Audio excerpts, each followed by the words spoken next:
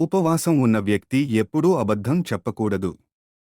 ఎవరినీ నిందించడం, వెన్నుపోటు పొడవడం లేదా పనికిరాని మాటలు, గీబత్ మాట్లాడటం చేయకూడదు. నిజాయితీగా ఉండటమే రోజా యొక్క అసలు ఉద్దేశ్యం.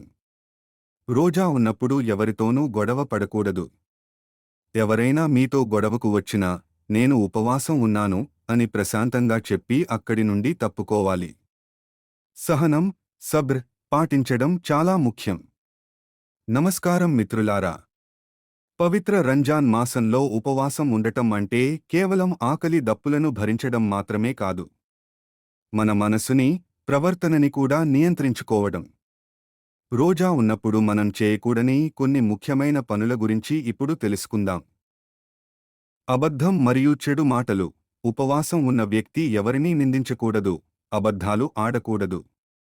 నోటితో కూడా ఉపవాసం ఉండాలని ప్రవక్తగారు బోధించారు. కోపం మరియు గొడవలు. ఎవరితోనూ వాదనలకు దిగకండి. సహనం పాటించడం రోజాలో అత్యంత ముఖ్య.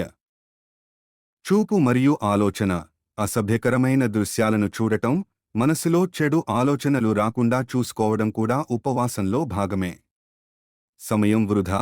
అనవసరంగా నిద్రపోతూనో లేదా కాలక్షేపం చేస్తూనో సమయాన్ని వృధా చేయకండి. మిత్రులారా, నిజాయితీగా, భక్తితో చేసే ఉపవాసాన్ని మాత్రమే అల్లాహ్ స్వీకరిస్తాడు. కాబట్టి మన ప్రవర్తన బాగుంటేనే మన రోజాకు ప్రతిఫలం దక్కుతుంది.